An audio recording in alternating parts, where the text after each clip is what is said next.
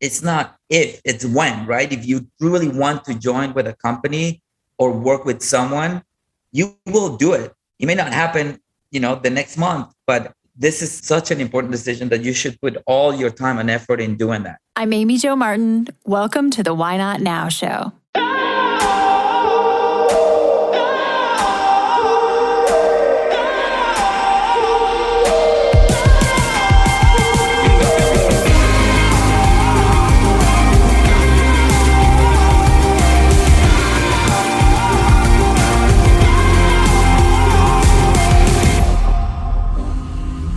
You know that thing you've been thinking about doing?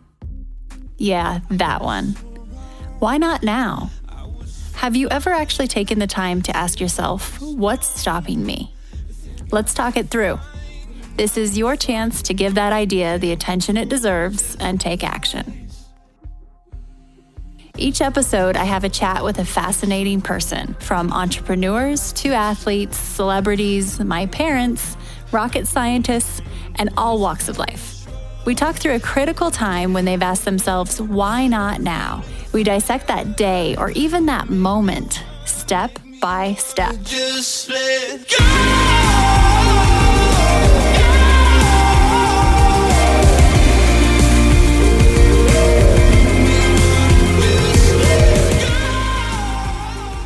We have Andres Traslavia on the show today, and let me tell you, he's one of my favorite humans. Andreas is the head of executive search and talent acquisition at Whole Foods Market. So Andreas has interviewed more than 2,000 executives over the course of his career. This is such a timely conversation because of what is happening with talent movement, talent fluidity, with the Great Resignation. I call it the Great Rebellion. And Andreas is on the front line. He's seen the trends. He has tips like you wouldn't believe and things that he wants you to know. Definitely things that are relevant to the moment. He maps out the 3 things that he is looking for when he interviews an executive. 3 specific things you're hearing from him, the cheat sheet. Andreas also maps out how you can do a better job of interviewing the company, because you are interviewing them as well. We talk about what's happening right now in the workforce and how just dangling salaries isn't enough to retain talent. Also, there's a concept called the boomerang effect, where people are leaving and jumping the fence because they think it's greener on the other side to a new company, but realizing maybe what they had before was actually pretty good. And they're boomeranging back to the company they worked for prior. Deciding where you are going to work and spend a lot of time in your day is a really, really big decision. And Andreas lends invaluable advice, not only on that topic, but just on the topic of life. I've known him for more than a decade, and I can tell you he is one of the most positive, joyful individuals I have ever met. So without further ado, here is Andreas.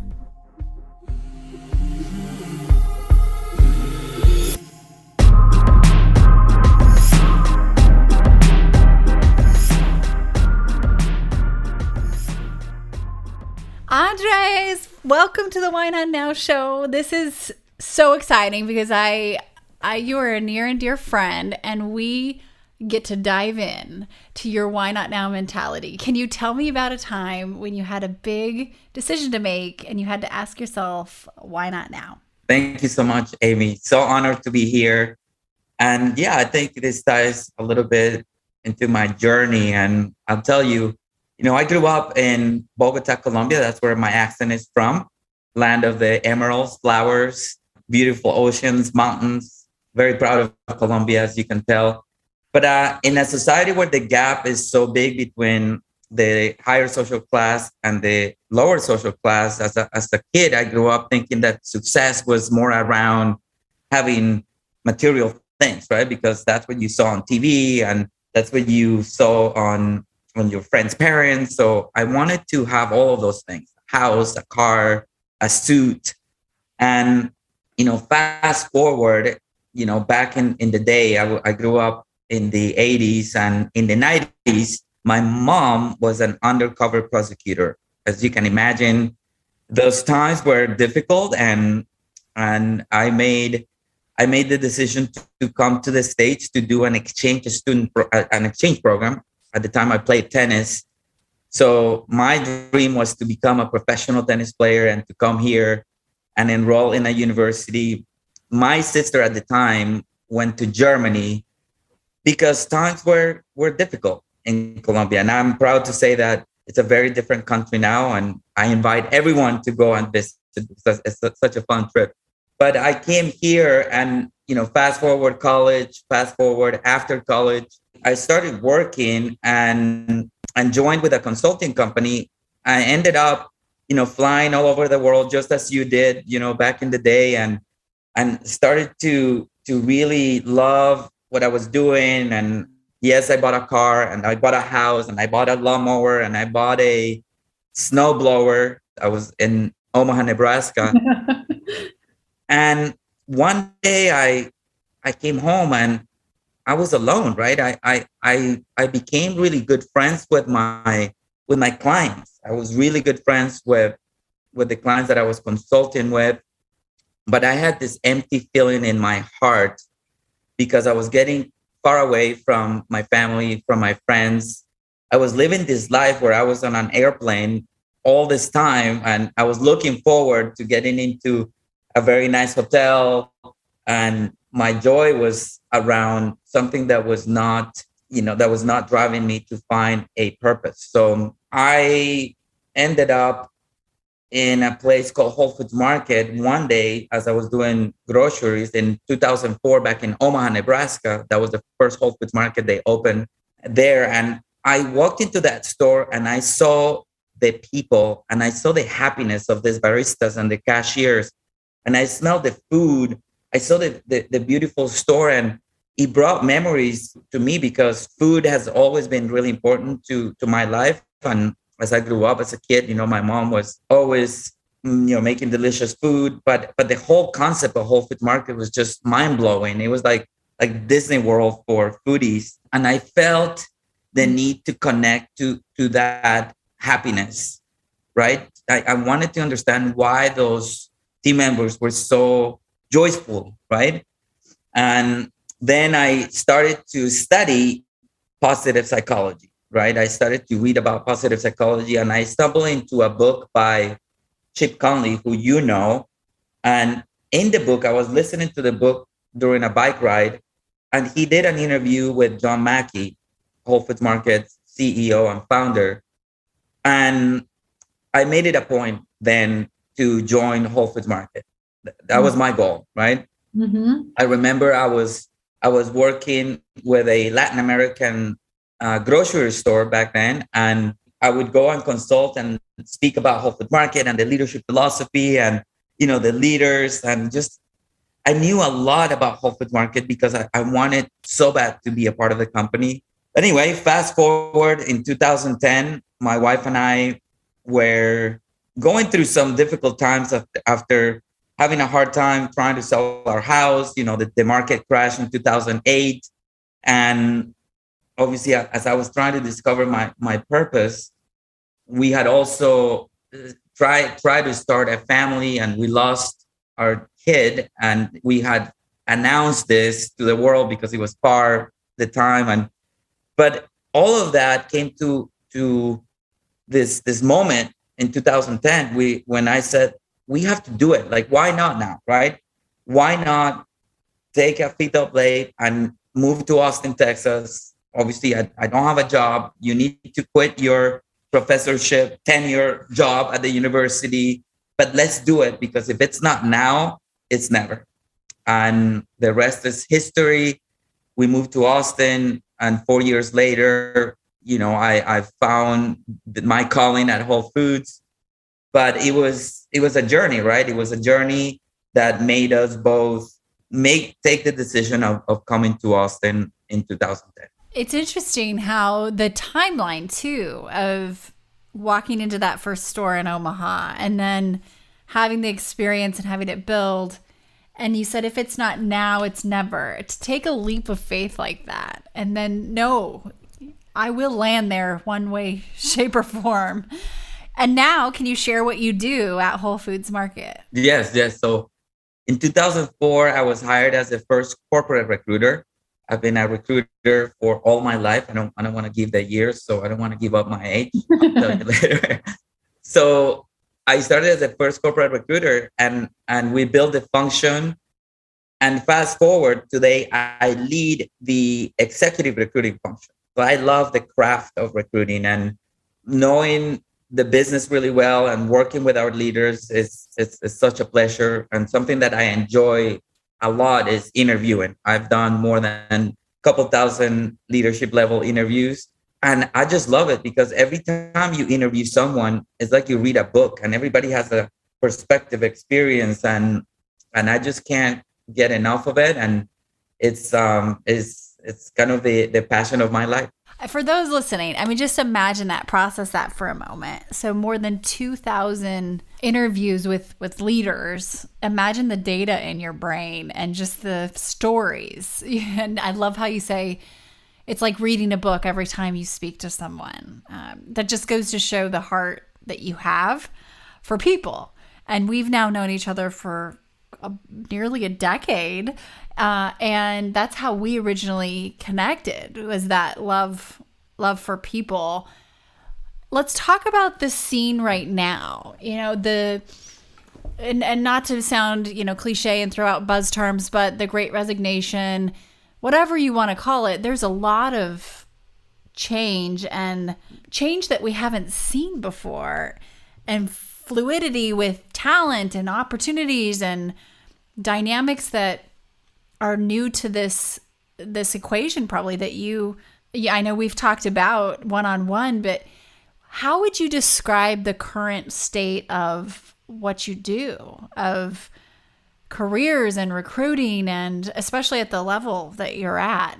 If you had to explain this to someone, how would you even describe what's going on? I feel that the pandemic and that time that we had to reflect about life, because it really gave us that opportunity, right? To be locked out in our homes and be forced to have dinner at home with your children, with your spouse. It made you reflect about the importance of life, right?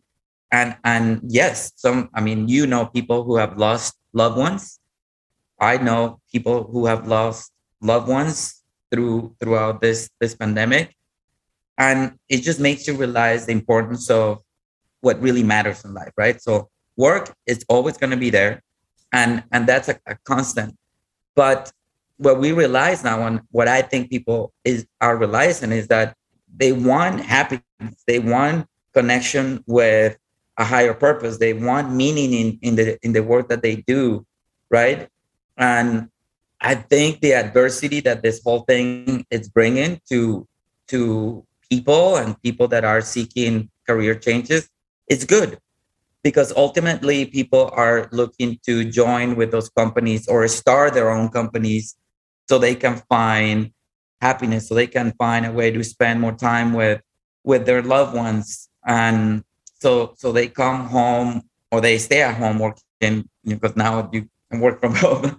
And kids are very proud of seeing parents happy. So in a nutshell, we're in that discovery mode, right? And I hear it when I interview folks, and companies are trying to accommodate things. So life it's in harmony with work.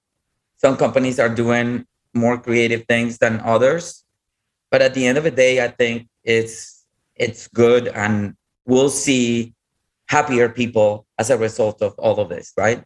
So I have a question for you, something I've been thinking a lot about lately, and because I've gone through it before too, of as we've gone through this kind of real reflection period, and now we're coming out of this season of, okay, let's make some changes. Let's really shake things up and make some tangible, substantial changes. Do you see people changing their careers or jobs potentially as a Band-Aid for change that they're actually needing to make within? So I asked that because I've done that before, and I've seen it a lot pre-pandemic, where the perceived solution is, oh, I'm going to change the company I work for or my career path. And actually, it's a carrot on the external side that really we need to look on inside and first go there. So what are your thoughts just in general about that idea? I agree. And, it's also tempting when you have so many companies, with open jobs, and the supply and demand for talent is challenging. So, I mean, you probably get recruiters, asking you to join the company. I know colleagues that get bombarded on LinkedIn. I get, things myself. So you are tempted to see this as a way to put a band-aid to the real issues that affect your mental health, that affect your happiness. And it's hard to navigate, right? It's hard to navigate because there aren't enough resources out there to learn about, okay, is this job going to make me happy? Is this a job, a career, or is it a true calling, right? And I have to challenge people that are looking for jobs and candidates, prospective candidates, to look at this as not one of the most important decisions of your life, but the most important decision, right? When you decide to marry someone, when you decide to have children, when you decide to do something big, I mean, this decision has to be very thought out. And when you interview with a company, gosh, you need to know with your heart, with your mind, like, why are you interested in joining with that company? Because you're going to spend there more than the time that sometimes you spend with your loved ones. So, and I'm not faulting anyone, but it's so easy to apply for jobs. You can apply for 10 jobs at once. And everything that we see out there is automation. Let's make it easy. Let's just do a one-click apply. Let's try to do this in a shorter way. And that's creating a lot of confusion. And that's not allowing people to really dig deeper into why they should join with a company, why should do this one thing that they do better than anybody else and that they have joy in doing. I agree with you. It's a sign for everyone to pause and take this decision from both sides, right? Mm-hmm. Recruiters, hiring leaders, and prospective candidates. Let's start dating. It's a true relationship where you should commit all the time and effort. And it's just as good to also find out if you're not a fit for a company, right? It's just as good to find out if you do the research, if you talk to leaders, if you find that the vibe of a company is not good for you, then it's fine. It's a win, right? But only by doing that research, you will find those companies, those environments, those leaders that you are connected with and that you will go after. And I tell you what, it took me 10 years to get to Whole Foods. And it's not if, it's when, right? If you truly want to join with a company or work with someone, you will do it. It may not happen, the next month, but this is such an important decision that you should put all your time and effort in doing that. I love that you said pause for a moment, because that is an action, right? That's an intentional action. And the idea of our time, this being the biggest decision, I think a lot of people may not frame it that way, but it's worth dating, right? We wouldn't just hop out and marry someone necessarily. I mean, maybe some, but we don't want to gamble with these types of decisions. So what are some of the things that 2,000 plus interviews, what are some of the things that, if you could just give a word of advice, 3 tips, when you're speaking to someone about a new career move, a job opportunity? I mean, it's simple. It's actually, it has 3 steps. The recruiting process, a good recruiting process should involve 3 steps. First, I'm assessing if the person can do the job. So as a candidate, just if you're applying for a software engineering job, just know that you can code, right? If you're applying for an accounting job, know that you can balance the books. If you're applying for a marketing job, know that you can do this or have the potential to do it. The second aspect of it is, would you love to do this? And that's where good and great is different, right? Because loving something and enjoying something and getting and being in the flow when you recruit or when you do accounting or when you do public speaking or when you do marketing is very different.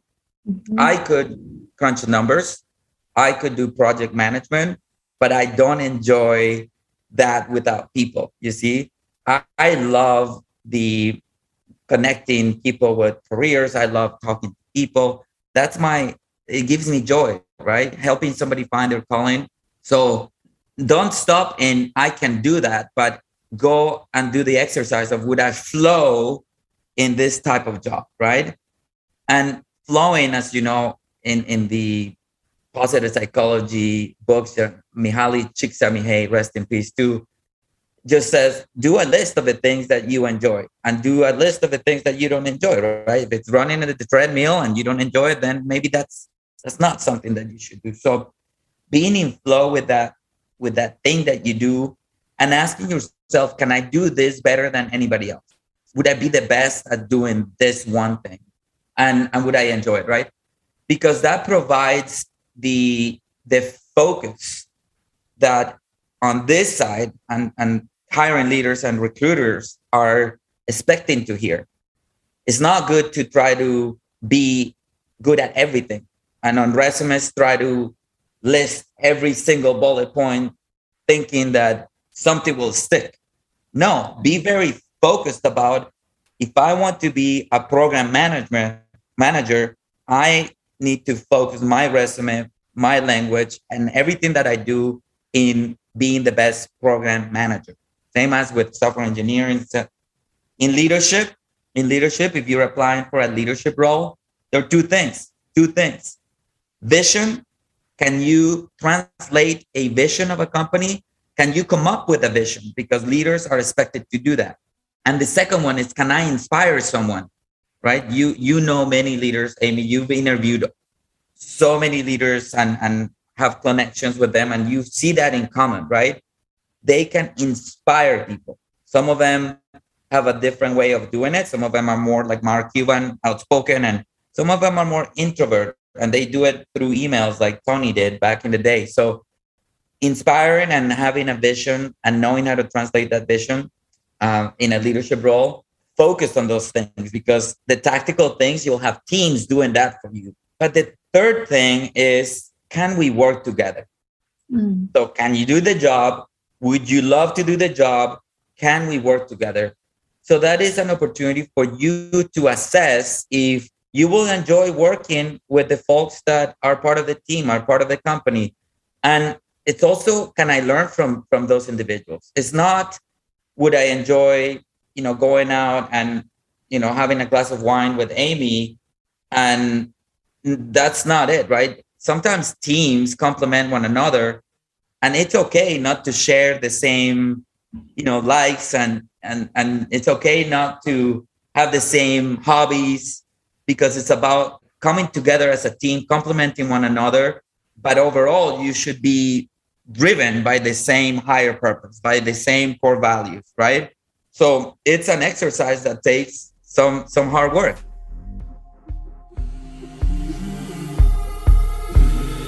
We're going to take a quick break and we'll be right back. Hi, everyone. If you are digging this podcast, please do us a favor and subscribe, rate, and review on iTunes. It just takes a moment and it means a ton to us. This is so good. So the three things. Can the person do the job first? Second, would they love to do this and be in flow? And then third, can we work together? And can I learn from those individuals, and vice versa, right? Those are great questions for both sides of the fence, of the equation. One thing that I keep thinking about as I'm hearing about colleagues, friends, women in the Renegade Collective, as well as brands, companies that I'm close to, that I adore, is looking at, are people running to something? Or are they running from something? And that's such a interesting distinction about the headspace of both the company and the candidate. And so for those listening, I think just encouraging people to ask themselves, am I running from something or am I running to something? And meaning, if it's from something, even more reason to probably pause and look at that, right? So the dynamics of opportunities and packages out there right now, like you said, the supply and demand are in a different world than they have been in a long time.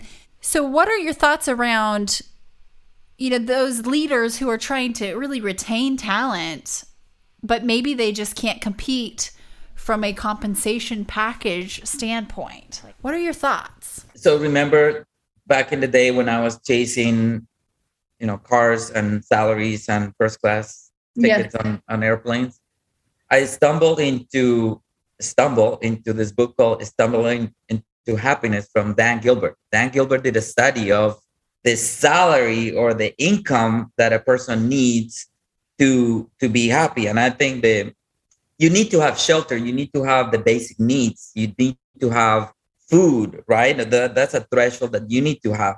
But if you have more than a certain amount, I believe it's around 85K, depending on the size of the family. Having more can become even more challenging, right? Because then you become really worried about the scratch on your couch and who, came near to your Ferrari. And having money is not bad. It's understanding how to spend your money and building experiences, right? So dangling salaries and, compensation packages that are absurd is not enough, right? It's not enough to retain folks. There is this app called Blind. I don't know if you've seen it. Blind.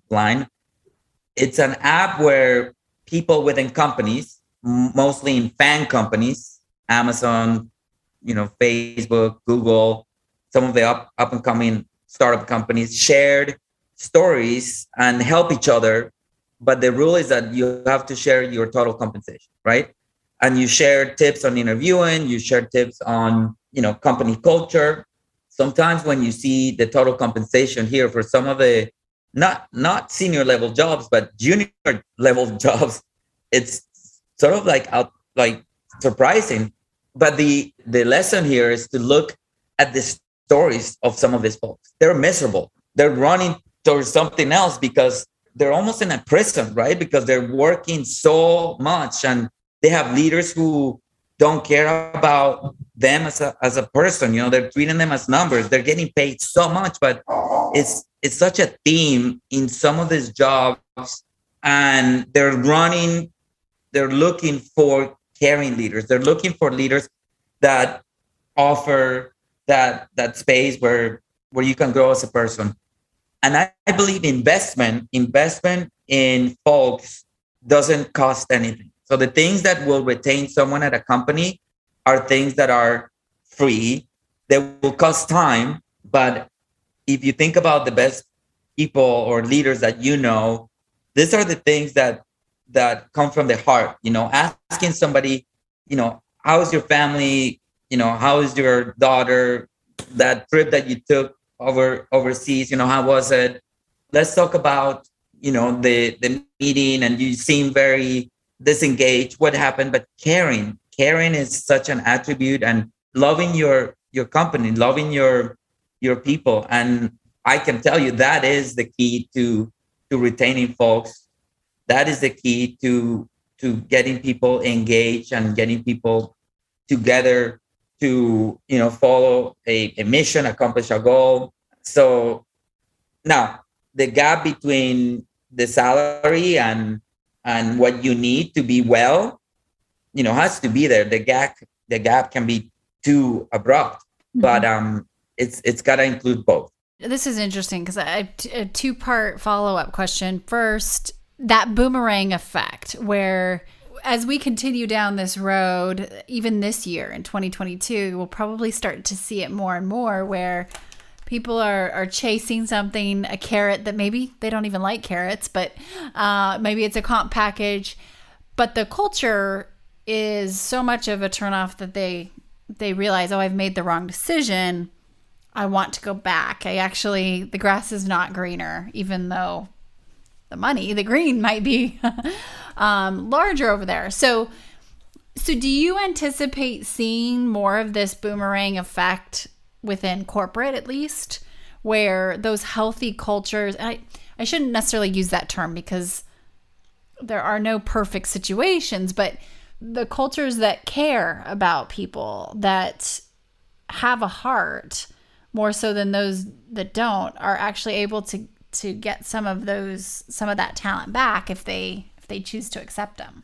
Yes, the answer is yes, absolutely. I'm seeing it at our own company. I was a boomerang myself, as you know. I left the company that I worked so hard to come to, and my experience was amazing. And the Zico brothers and the Super Coffee story. I left because I wanted to grow as a professional, to lead the people function. So it wasn't that I was running away from something, but wanted to grow as a professional. And I told leaders at Whole Foods that I was going to come back. Let me do this. I want to come back. And so I just didn't know that I was going to come back so soon. But it did have some elements of missing the higher purpose. It did have some elements of missing, like when I would go to the store, I don't know where else to shop.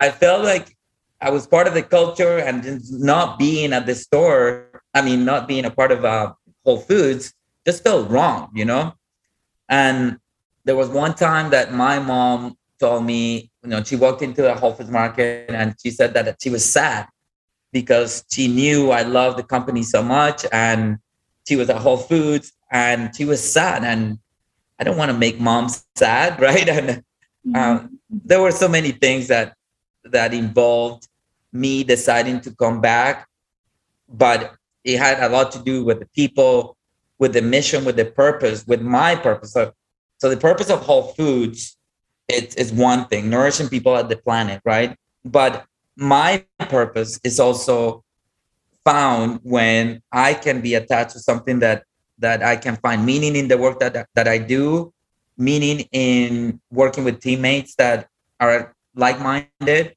and having fun, right? Having fun doing what I know what to do best, right? But I do feel that, there will be many folks learning, lessons and coming back to that, what I ultimately want as part of my professional life, right? Mm-hmm. If it's money, if it's a status, if it's, flying first class, and then it may be a certain type of company and leader. But if it's purpose, if it's happiness, if it's coming home happy or staying home happy so your kids can see that and be proud of you as a parent being happy, then there is a different type of company, and you may have to sacrifice a little bit of this salary, but the time, that time is priceless, and we're not here forever, the last time I checked. So it's worth going back to that place that you felt offers those things, or is worth going after that company, that leader, that own thing that you can create to find that, because it's a lot of time that we spend doing this thing, right?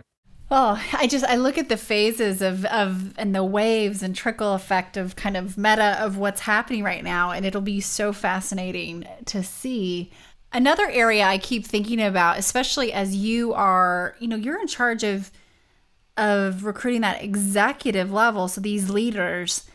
One of the things I'm hearing feedback on is, how are the leaders doing right now, right? So it's lonely at the top, and we have to remember they have needs too.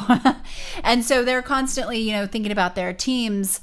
But what are some of the collective things you're hearing from leaders right now, where how to navigate leading through this pandemic, but also now talent shifting a lot, the demands in terms of performance. What do leaders need right now?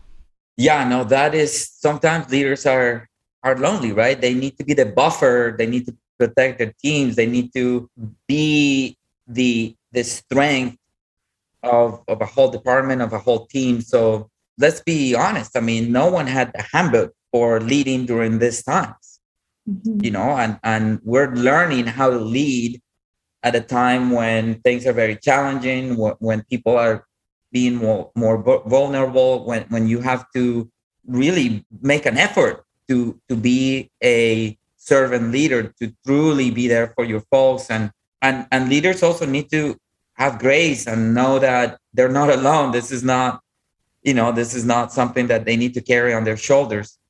But I'm going to go back to the time when I was traveling and I was interviewing executives, right? And some of the themes that I saw when I interview leaders at the top, CEOs, C-suite mostly, and when I realized when I was in my mid 30s, I actually don't want that, right?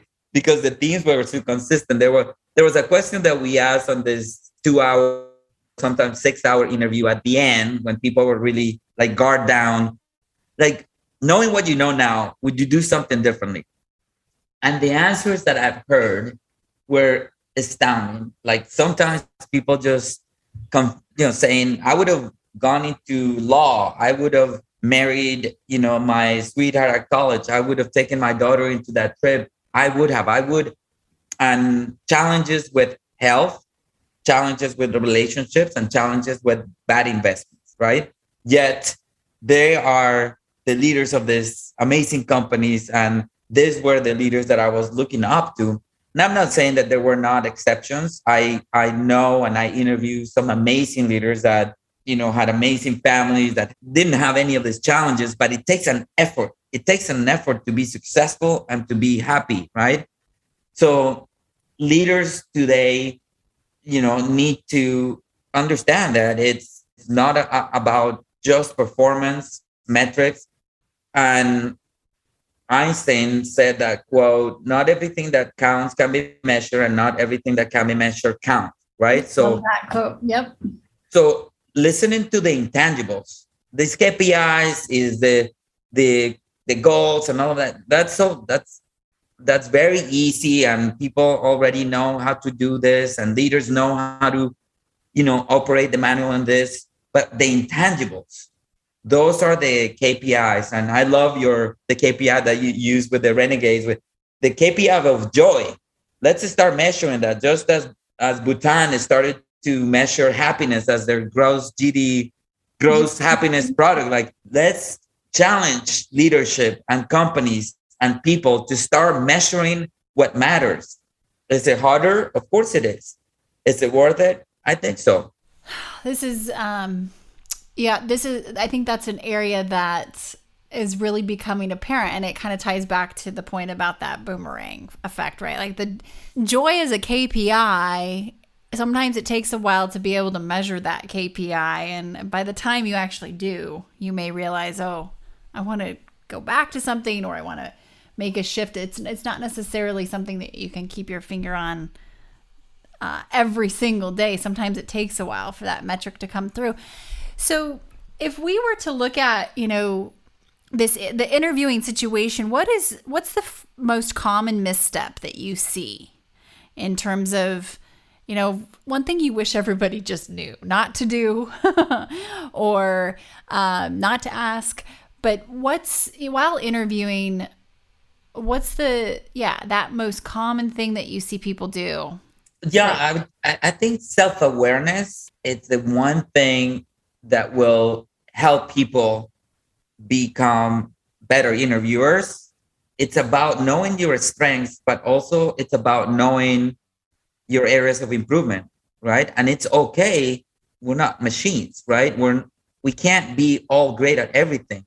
And again, not pretending to say everything. So maybe that something will stick. But like, I have done so many assessments on my own DNA, and there is science, right? To do assessments to get to know you as a person and your strengths and weaknesses, starting with the Myers-Briggs to the Strengths Finder, but then using sophisticated tools to find out who you are as a person, and asking your wife, asking your mom, and they'll tell you the truth, right? But do that exercise so you know what is the kind of job that will help you leverage your strengths. no job that will leverage your weaknesses is going to be fun, right? You could do it for some time. You could leverage a weakness for some time. I get to take my trash out every Monday because I'm reminded of this. But my wife has to remind me that I have to do it. It's not that I have joy in doing it. Can I do it? Sure, but it's understanding what are your strengths and knowing how to spell that really clearly during an interview. And if you know yourself really well, there are three strengths, right? There are three, they're top three, and you can connect those to the job.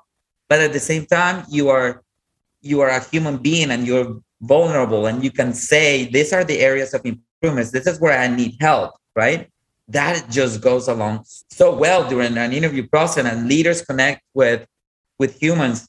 So that would be my number one tip per se. If anyone is kind of wanting to become a better interviewer or not. And it depends on the company, right?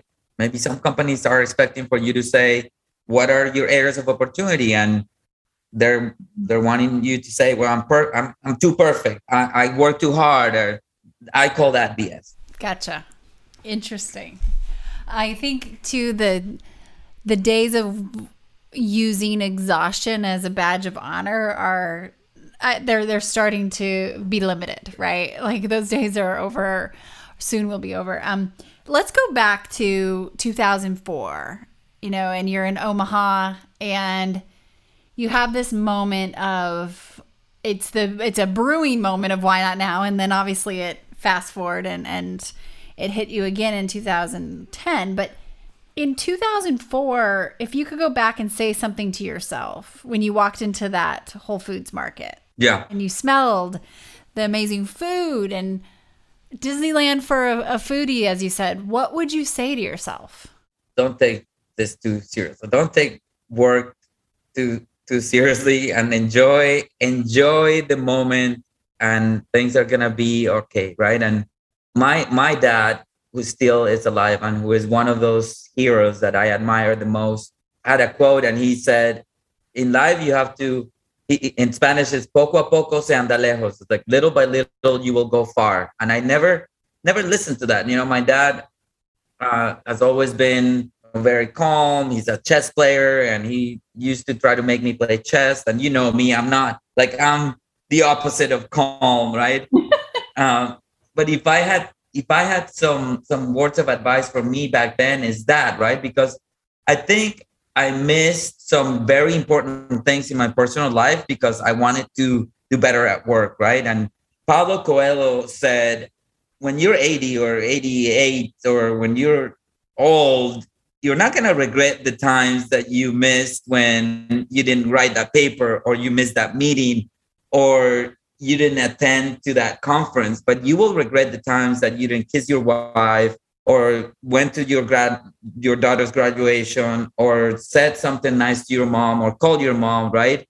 And that is so true, right? I mean, as I get older, I try to think about that, and work is always going to be there, and I want to be a better spouse, a better parent for my dogs, a better brother, son, and I wish I would have started it a lot earlier.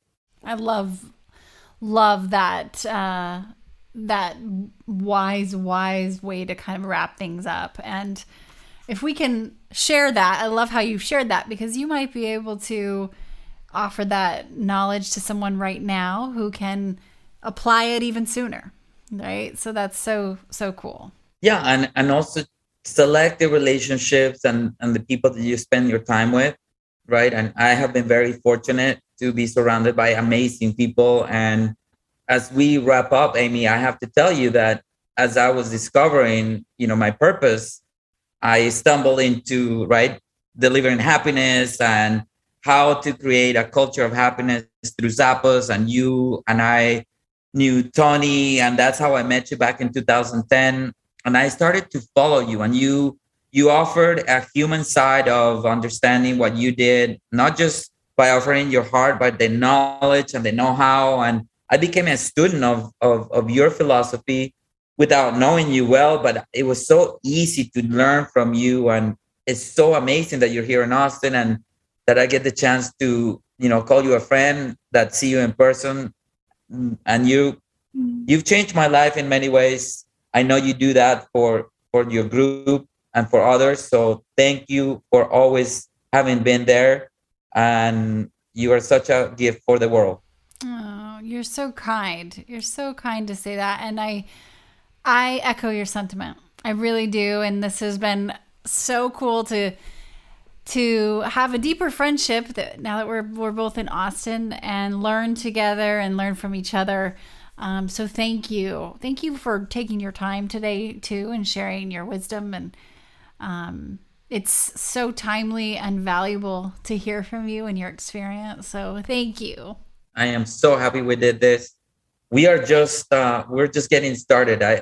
I just turned a big birthday, and I said I did a negative split. So now it's time to kick it up a notch. And like Jimmy DeSico said, just leave the gas empty at the end of life. So if I did a lot of things, I'm ready to double up and help people find their callings and help myself continue to find that purpose, because it's not happiness is not like something that you just achieve, right? It's a journey. It's something that you have to work on every day, but you have to find the elements that will help you be closer to that happiness. And I am very fortunate to be in Austin, have the relationships that I have. My wife is such a support system. My dogs, I didn't talk about my dogs, which are a huge aspect of my mental health. Mm-hmm. And for those who have furry friends, you know what I mean. And overall, life is good, and I'm very grateful to have done this with you today. Well, and your energy is contagious. You just radiate joy and purpose and connection. So thank you for doing that important work, and we will be continuing to follow you.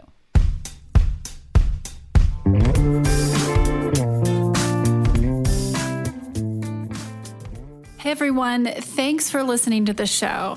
Hit me up on social media to let me know what you think. I'm at Amy Jo Martin on Twitter, Facebook, Instagram, and LinkedIn. And I want to hear your Why Not Now moments so I can share them on the show. Just send me a note to whynotnow@amyjomartin.com. For show notes and other offers, you can visit amyjomartin.com/whynotnow. And while you're there, don't forget to sign up for my email newsletter for exclusive content and announcements. A big thanks to Rock Salt Music for all of the tunes by the talented John Coggins. And of course, a hat tip to Richard Brewer for editing and producing the show. I'll see you next time. And until then, why not now?